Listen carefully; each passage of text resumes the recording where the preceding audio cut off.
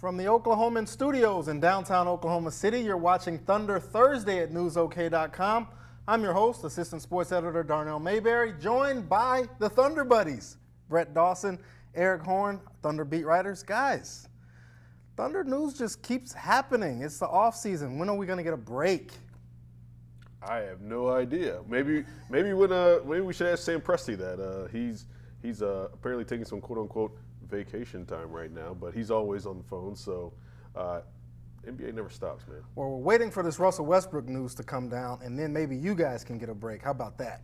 I think it's going to go the other way. I think eventually we'll take a break, and then that Russell Westbrook news will come. It's possible. It's possible. He does things on his own time. We don't know when this contract extension is going to come, but there's so much more to talk about aside from Russell Westbrook's presumable extension that is coming at any moment. Carmelo Anthony. There's news about Carmelo Anthony. Last week, Bill Simmons of The Ringer reported that Carmelo Anthony and the Oklahoma City Thunder are circling each other, whatever that means. I don't know what that means, but here to break it down for us, you guys can tell us, what does that mean? How likely is it that Carmelo Anthony could come to Oklahoma City? Well, first of all, I feel like when you talk about circling each other, I think of I feel like when I was younger, we watched like West Side Story at like in Louisville at a theater, and I feel like that's how they fight to music. Like the two gangs just go in circles around each other, like brandishing knives and not doing anything. That's the image I have of Carmelo Anthony and the Thunder. I would say it's unlikely at this point. The Simmons thing, it really was. The report was that they were circling each other. Every reporting since seems to indicate that Melo's preference is Houston, and that seems to be the place that people think he's going to end up. So I think that's still the most likely outcome, is that he ends up in Houston or maybe Cleveland.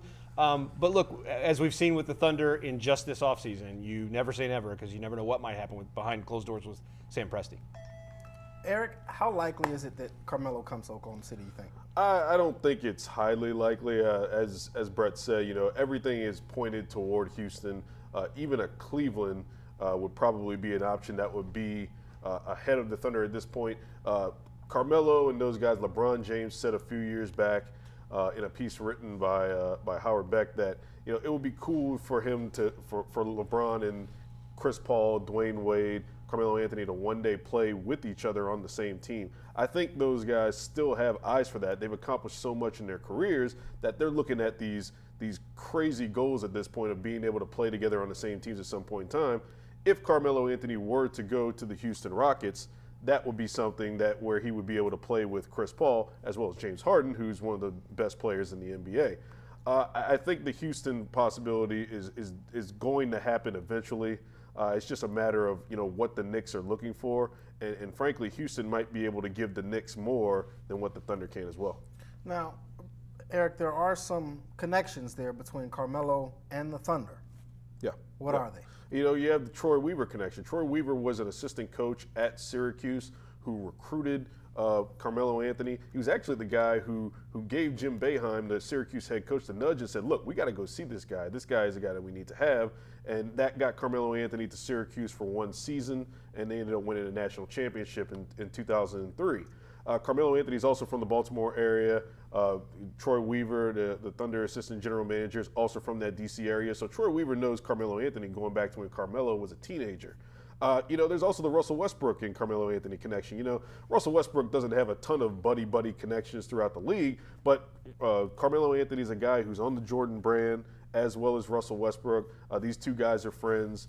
They spent time together on multiple USA basketball teams. They won a gold medal with each other in the 2012 Summer Games. So there's a familiarity there between Carmelo Anthony, the Thunder, Troy Weaver, Carmelo Anthony, Russell Westbrook, Carmelo Anthony. And the Jordan brand connection. And the Jordan brand connection. Yes, I did mention that. Did you mention that? Yes. Okay, all right, just making sure. Guys, about a month ago, before any of this happened, I said, you're crazy if you think that the Thunder's going to go out and get Carmelo Anthony. But when Sam Presti pulls off the Paul George trade, nothing seems impossible anymore. Brett, what makes you think that this might be far-fetched still, even though Sam Presti pulled off that Paul George trade? I think ultimately what makes me think it's far-fetched is Carmelo Anthony's no trade clause. He has total control over where he goes. So if he wants to land in Oklahoma City, he could have some say in directing that and making it be one of the teams. But I still think that it's unlikely from a couple standpoints. One, I still don't think we don't have any reason to believe he's going to waive that no trade clause for Oklahoma City, at least not until Houston and possibly Cleveland are exhausted as options. I think he's going to do that first. So that I think makes it less likely because I think Houston can probably get something worked out. The other thing is that, we would have to see what the Knicks could get elsewhere, but the Thunder doesn't have a whole lot to offer. You'd probably have to center a package around Enes Kanter. Maybe Terrence Ferguson would be involved there. Maybe there are future draft picks, but we know the Thunder can't deal any of those for quite some time. So you don't have a ton of options unless maybe you're looking to give up Steven Adams. I don't know that the Knicks right now with a contract with Joakim Noah locked up for so long want to take on a big contract from a center, which is what they'd have to do if they really wanted to deal with the Thunder. So really to make this happen, what it might require is a third team. The one thing about the Houston option, to me, guys, it seems like they don't have anything to give up. I mean, Ryan Anderson they want to get rid of, but no one really wants him because of his contract. So if you're looking at just Houston versus Oklahoma City, wouldn't the Thunder have more to offer than the Rockets? I guess the Thunder would have a couple of pieces that could be interesting to the Rockets. A guy like a Terrence Ferguson, who's a young wing. In this age of the NBA where wings are far more valuable than centers, as Brett said, it's going to be hard for the Thunder to get rid of a guy like an Enes Kanter or even a Steven Adams.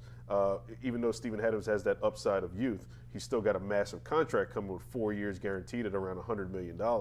So, while Houston has already given some assets in order to get Chris Paul, and they don't have as many as they had before, still, the Chris Paul connection is so thick. Everything indicates that Houston is going to be the team that Carmelo Anthony wants to get it done with. And you got to give Daryl Morey some credit, too. He's been able to do some salary cap gymnastics, take on non-guaranteed contracts in order to send them to other teams in order to facilitate these big trades. And while Sam Presti has the Paul George trade under his belt, Daryl Morey's been able to pull off some really impossible stuff, or seemingly impossible stuff this offseason too. So I think that Daryl Morey probably finds a way to get this done. The other thing that makes me think it's kind of unlikely, we've already heard about it. We heard Carmelo Anthony last week, and they still don't have Carmelo Anthony. Usually if we hear a name, it's once the deal is done with the Thunder. The only thing that Steven Adams, I would think, is untouchable, right? But the Thunder loves him. But in the era of small ball, where teams are going to smaller lineups, they're sort of phasing out these centers. Steven Adams is sort of an old school center. He doesn't give you a ton on offense. He's more of a defensive guy. But Carmelo Anthony is 33 years old. I can't see them trading a future, a stabilizing presence at center like Steven Adams for a 33-year-old Carmelo Anthony. The Enes Kanter thing, that makes sense. He's more of a luxury. But Steven Adams, I don't see them doing that. I mean, that seems a little unrealistic. I agree. I mean, I don't think Steven Adams is untradeable. In the right trade, Steven Adams is a movable guy, but I don't think this is the right trade. I don't think anybody on the Thunder is untouchable. Right. But Russell Westbrook. Russell Westbrook is the only untouchable player in this instance. I think the thing that really is a sticking point for me with the Carmelo trade, or one of a couple of different things, is Carmelo would be essentially the third major player that would be going into free agency in 2018. It's one thing if you've got one guy you're gambling on in Paul George.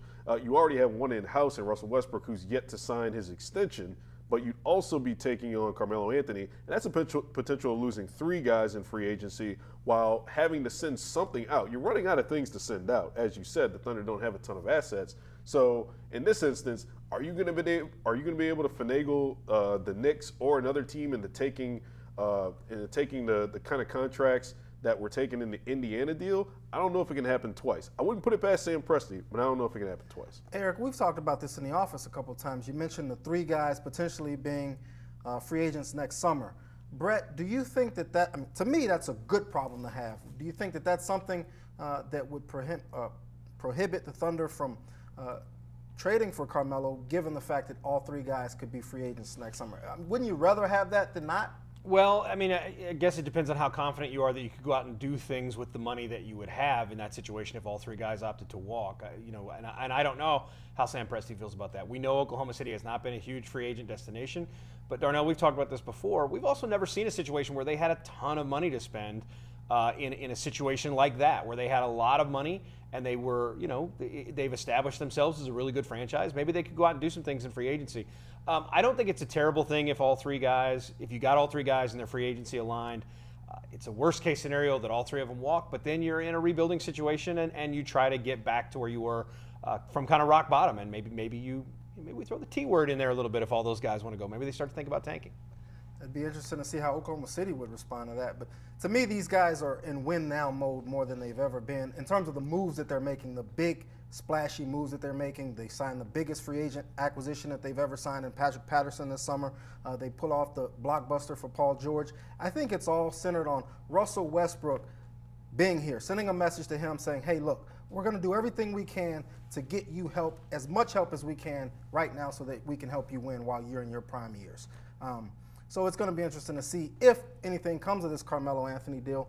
Certainly something to watch. There's reports that he still desires Houston first and foremost, and Oklahoma City. He would not waive his no-trade clause for. Who knows what's true and what's not. But, guys, let's talk about the fit. How would Carmelo Anthony fit if, hypothetically, they were able to make this trade for him? I think he'd be a great fit. There's question about how much he wants to play the 4. There's also that question with how much Paul George will want to play the 4 if they do play small ball lineups. I think that you figure that out once these guys get. First of all, you get him here first. If he wants to come here, you don't say, "Oh, well, Carmelo Anthony's a bad fit." No. A lot of people are saying that, though, given his reputation. No. Okay, first of all, even if he's not a fit, he's an asset. So you bring in the asset and you make sure you have the asset. And Carmelo Anthony, despite people, dumping on his credentials and how much he has left in terms of being able to contribute to a team and being able to build around him, you bring in that asset and you acquire that asset and then figure out what you're going to do with it. That's what Billy Donovan gets paid for. And that's what Russell Westbrook and Paul George are going to have to do if they want to be able to be an NBA championship caliber team. Carmelo Anthony is a guy who played primarily most of his minutes last year at the power forward position for the Knicks. He's shown in Olympic play that he can take a second or third role in terms of scoring. He played very well for the Olympics as that secondary scorer, that third scorer, shot over 50% from three-point range in the 2012 Olympics.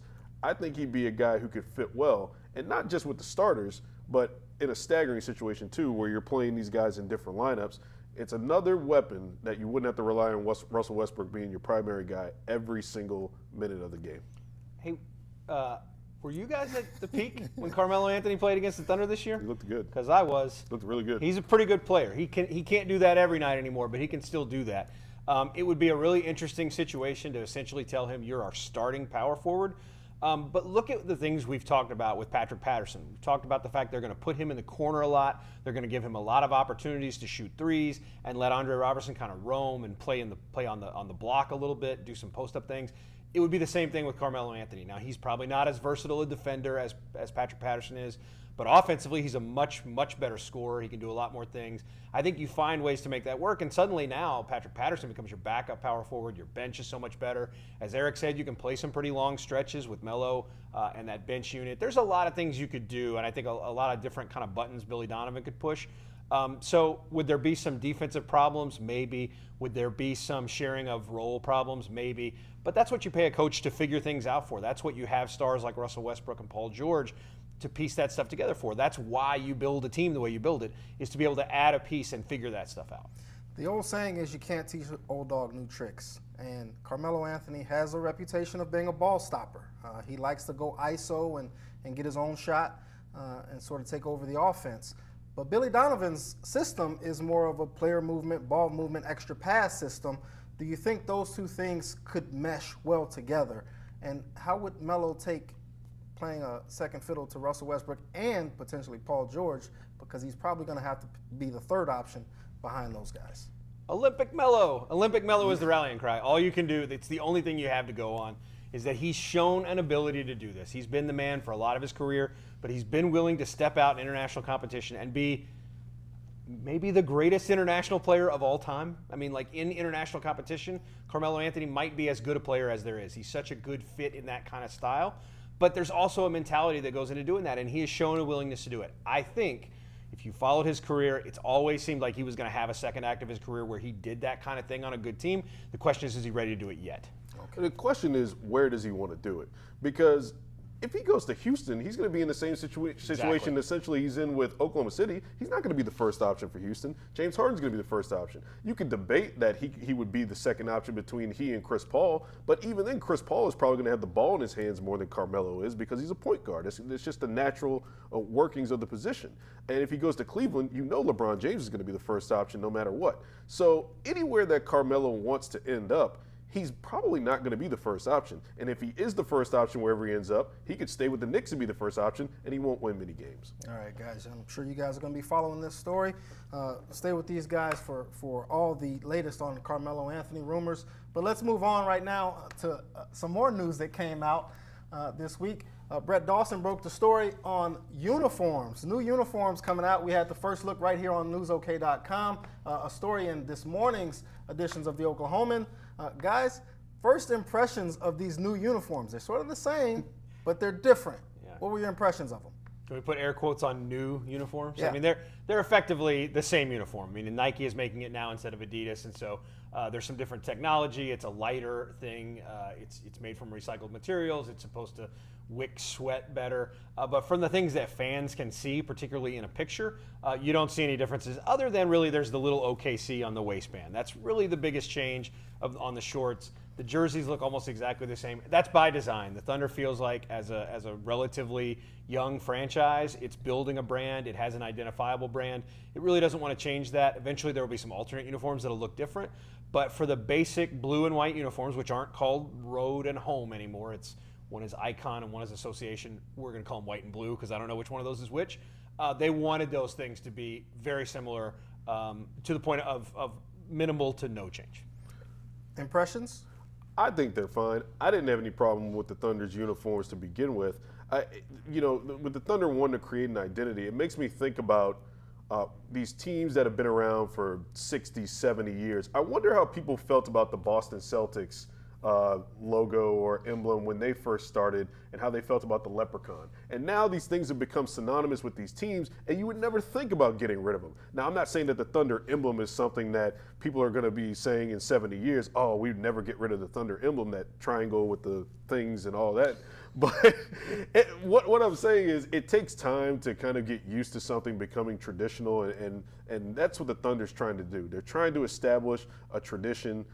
They're trying to establish a standard of what they want to do aesthetically, and I think you'll see a little bit more, I won't say flash, but something a little bit more different with the third and fourth jerseys that are going to be coming out later on this fall. Brett, we talked yesterday in the office, something that I probably will never get used to is the blue, I think they call it the icon jersey, the blue set that still has Oklahoma City on the jersey. Talk about that. Yeah, it's a thing the Thunder really wants to have as an identifying mark. They like Oklahoma City. I like OKC. I like the sunset orange jerseys, which are riding off into the sunset. They won't have those anymore. We don't know exactly what their alternates will look like, but what we do know, on the record from the Thunder, they will look different. They won't be like anything they've worn before. They won't be like the previous alternates.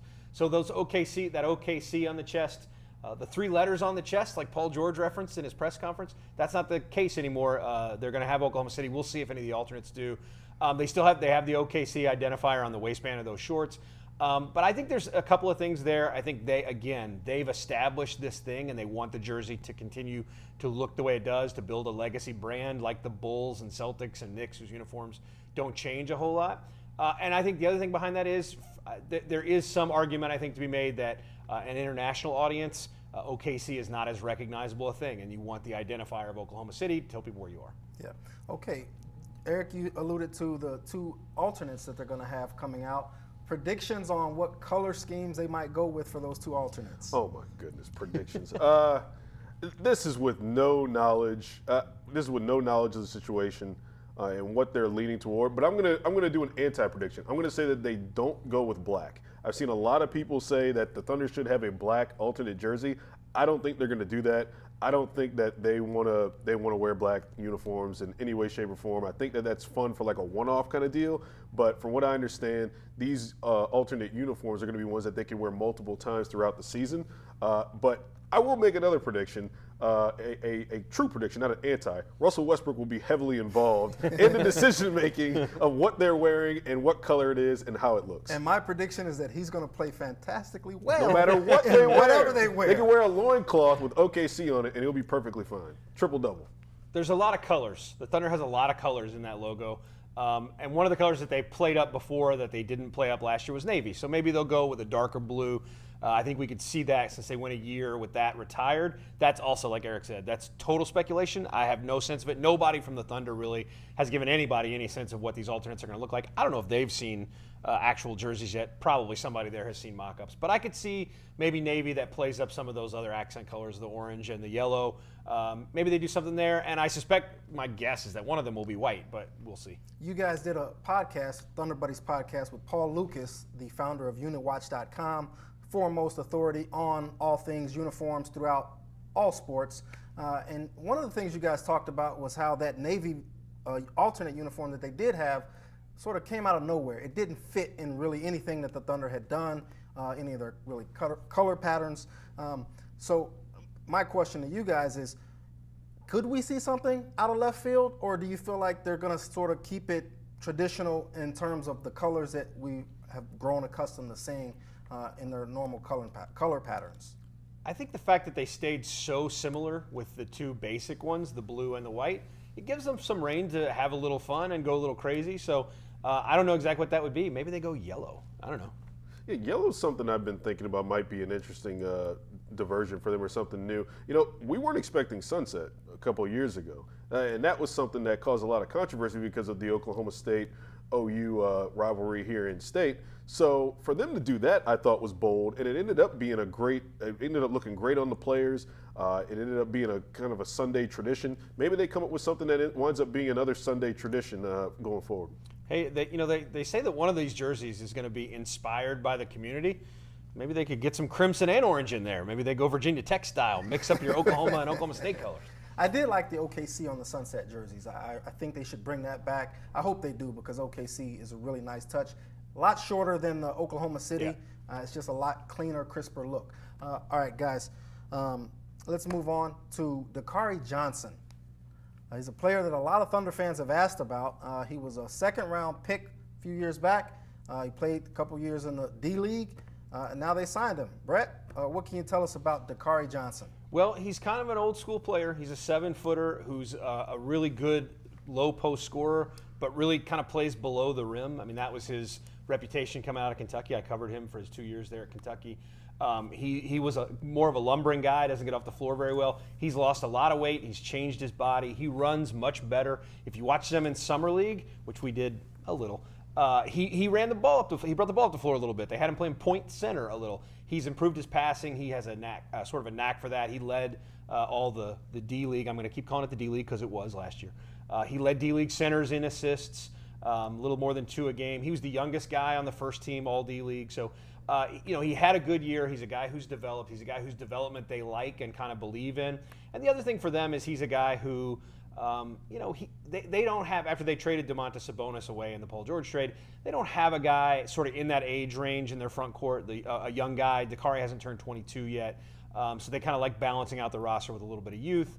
And I think it's kind of time to sort of give him a shot at the NBA and see what you have with him. Eric, Brett mentioned some of his skills, but he's a big man. He doesn't shoot threes in this era of small ball. Oklahoma City seems to be enamored with these big men. What is it about him specifically that they really like and are deciding now we're going to give him a chance? Well, Brett mentioned some of this, but he really does have a really good offensive skill set. He's got a lot of work to do defensively. He's worked on his body the past couple of years. And I think that the Thunder think he fits well within the culture that they have. He's a good kid.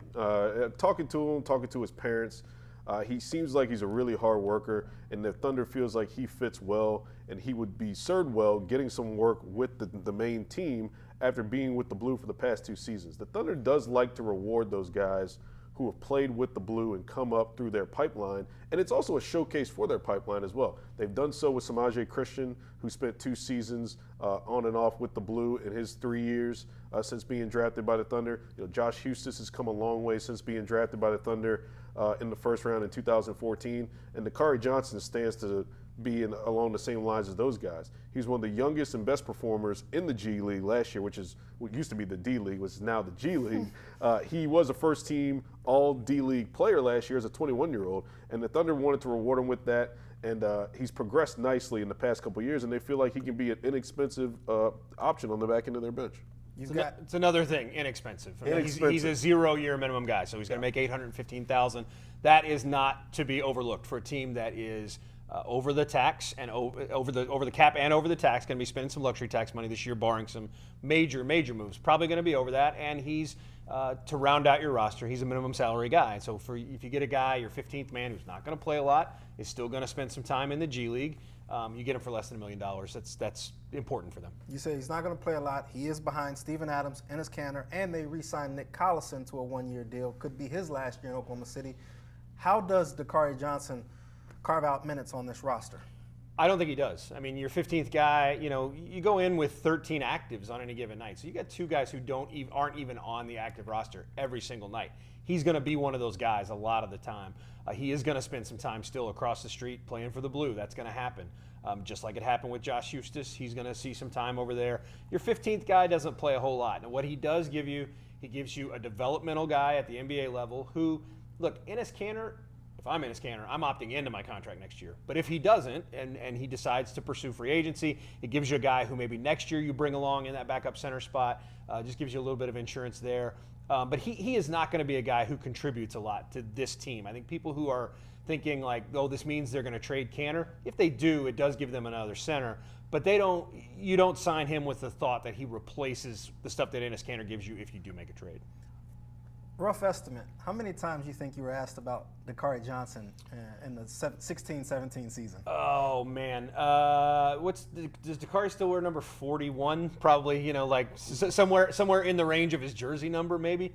For me, a lot of that on Twitter is because I still have so many Kentucky fans who follow me, so they want to know when's he going to make it to the league. And for people who watch from a distance, and this is true not just of the Kentucky fans, but the Thunder fans, they see the numbers. He's like an automatic 18-8 in that league against that level of competition. So people wonder, why isn't he in the NBA? But, what Eric alluded to, he's worked with Steven Adams this summer and in the past a little bit on just pick and roll defense and picking up coverages, being able to switch a little bit and be comfortable on perimeter players. He didn't do a ton of that at Kentucky. They had other big men. They had Karl Anthony Towns and Willie Cauley-Stein on that team. So he was not required to do a lot of that stuff. He's still learning that. So I get why people ask about him, because they see the offensive numbers and the rebounding numbers and they think, well, this guy's ready to play. But he's still got a ways to go before he's ready to be like a contributing NBA player. Yeah. Another rookie that is in the news, Terrence Ferguson. What's the latest with him? He still hasn't signed his contract. Eric, you've been following this story. What's the latest with 21st overall pick, Terrence Ferguson? Still unsigned, but a report today from the Norman Transcript is that he was cleared by FIBA on July 14th. So basically, he can sign a contract, but it's an interesting situation in the sense that this is really out of the Thunder's hands from a standpoint of his clearance. This is between FIBA and the Adelaide 36ers, the team that Terrence Ferguson played for in his last year before coming to the NBA and entering the NBA draft. So it's kind of a fluctuating situation. The Thunder can sign him, and they should be able to sign him before the beginning of training camp, but it could be a situation where he could get his clearance pulled. It could change the status. So it would probably be in the Thunder's best interest to get him signed as soon as they can, but it's also not a priority deal for the Thunder because he is a rookie. They're going to have a full roster. He's really not going to have a ton of space to get playing time on this roster as it currently stands. So he's probably going to be playing a bunch of his minutes in the G League anyway. So it hasn't been a Thunder priority to get him under contract since the end of Summer League. That's really where they wanted to get him those minutes and have him under contract in order to play. So now that Summer League's over, it's not a huge priority right now for the Thunder. The other thing is the Thunder loves its flexibility, right? And so while he can negotiate a contract and sign it now, and there is negotiation in rookie contracts, there's a rookie scale, but they could sign for as little as 80% of it, as much as 120% of it. If the Thunder doesn't sign him, they can trade him whenever they want. They can trade him at any point because it's still just draft rights. If you sign the guy to a contract, then there's a 30-day waiting period. Same thing with DeAndre Johnson, for example. When a draft pick signs a contract, then it's 30 days. We saw this happen with Andrew Wiggins a couple years ago. Cleveland signed him, and then literally 30 days to the day after he signed, they traded him. Couldn't do it before then.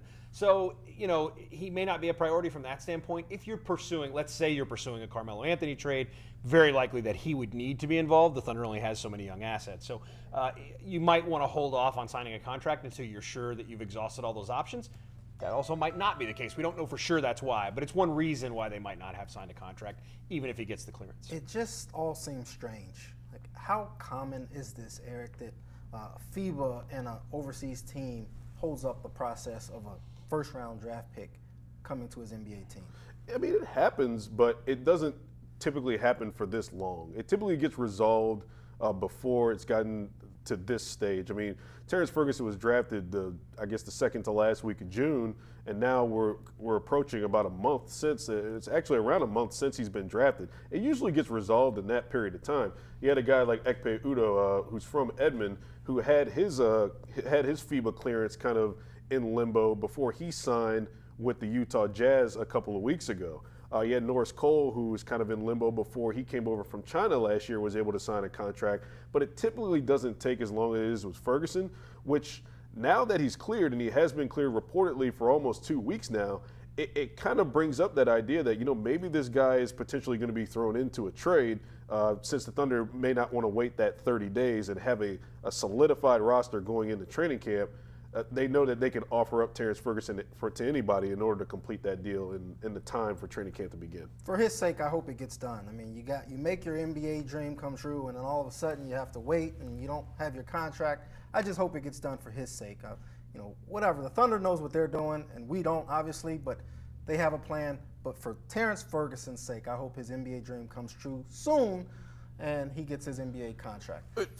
Just one more thing on Ferguson. It's the gift and the curse of the Terrence Ferguson saga is that he is valuable. He's valuable to the Thunder. He's valuable as a prospect, but he's also valuable to other teams because he's 6'7", he's 19 years old, and he's a wing player in the NBA. That's kind of like hitting the jackpot. And he's got crazy athleticism. So that's enticing to other teams. The longer the Thunder can wait to sign his contract, knowing that he's really going to be a non-factor on this year's roster, the more enticing that is to other teams that they can get a deal done, whether it's tomorrow, 5 days from now, or 10 days from now. Maybe the Knicks and maybe the Knicks. GM Scott Perry are enamored with him. Who knows? Maybe Carmelo to Oklahoma City with Terrence Ferguson Full being at the circle center of it. Who knows? All right, guys, let's wrap it up on this. We're coming up on August 1st. It's Tuesday. The NBA schedule generally comes out sometime first, second week of August. Who knows when it's going to come out this year? But let's take some predictions. The Thunder has this overhauled roster. They've got Paul George, they got Patrick Patterson, they've got Raymond Felton. They also got Russell Westbrook. What do you think the Thunder is going to open up with? Which team do you think the Thunder is going to open up with? And which team do you think the Thunder might play on Christmas, presuming that they get a Christmas Day game? Well, I'll start with Christmas. I think they're going to play the Houston Rockets on Christmas. I think that the NBA has sort of set that up as a rivalry. You look at they played in the playoffs last year. The Rockets also have this overhauled roster. Maybe they're going to have Carmelo Anthony. Maybe one of these two teams will have Carmelo Anthony. But certainly Houston is going to have Chris Paul, and Oklahoma City is going to have Paul George. And I think that is going to be an attractive matchup. And I think they'll hold off until Christmas. Maybe they do Golden State there, but I think it's Houston and Oklahoma City on Christmas. For the opener, I'll go with last year's Christmas opponent, Minnesota. That's another team in the division, a team that has overhauled its roster, added a big star in Jimmy Butler, going to be a much more interesting television team, I think, this year than in the last couple of years with Karl Anthony Towns and Andrew Wiggins. So I think that's a nice, splashy way to sort of kick off the season for the Thunder. Eric. Brett kind of stole a couple of mine, or we've talked about this so many times that we have kind of similar feelings on this. I think they open up with Minnesota. That's a hot new team in Minnesota with a lot of new parts. Jimmy Butler, Karl Anthony Towns, and Andrew Wiggins are rising players. It's a division rival, and they've had some good battles in the past couple of years with Minnesota as well. I think for Christmas, I think maybe the Warriors would be a fun one, but I also think that depending on where Christmas lands this year, I don't know the exact day, but the NBA is going to do all they can to pump up that Saturday showcase and have as many good games on Saturday as they possibly can. I think they're going to save all the Warriors matchups for that Saturday showcase or Thursday night games on TNT. And maybe Christmas, let's get something like a Clippers game with Blake Griffin coming home or something like that. Ooh, Another interesting Christmas matchup could be maybe the Thunder going to Indiana and be Paul George's return to Indiana. That might be better interesting. not put Indiana. I just don't see why the NBA wants to put Indiana. But this is the thing. They're not going to have this model to showcase Christmas jerseys anymore because I think that's apparently going away. Everybody's going to get a jersey around the holiday season. So maybe a Christmas game would be interesting if Paul George is getting his head booed off in Indiana. One last thing on the jerseys, guys. When can they buy the jerseys? New jerseys? September 29th at the Thunder's, like at the online store, and I assume that'll also be the NBA store. Not 100% sure if that's also when all the other Nike like apparel and things like that will go on sale, but September 29th for these two, and then the others, the alternates will be released closer to or after the start of the season. All right, thanks, guys, and thank you for joining us. That's all for Thunder Thursday. For the best Thunder coverage anywhere, stay with these guys right here at newsok.com, and make sure to read us every day in the Oklahoman.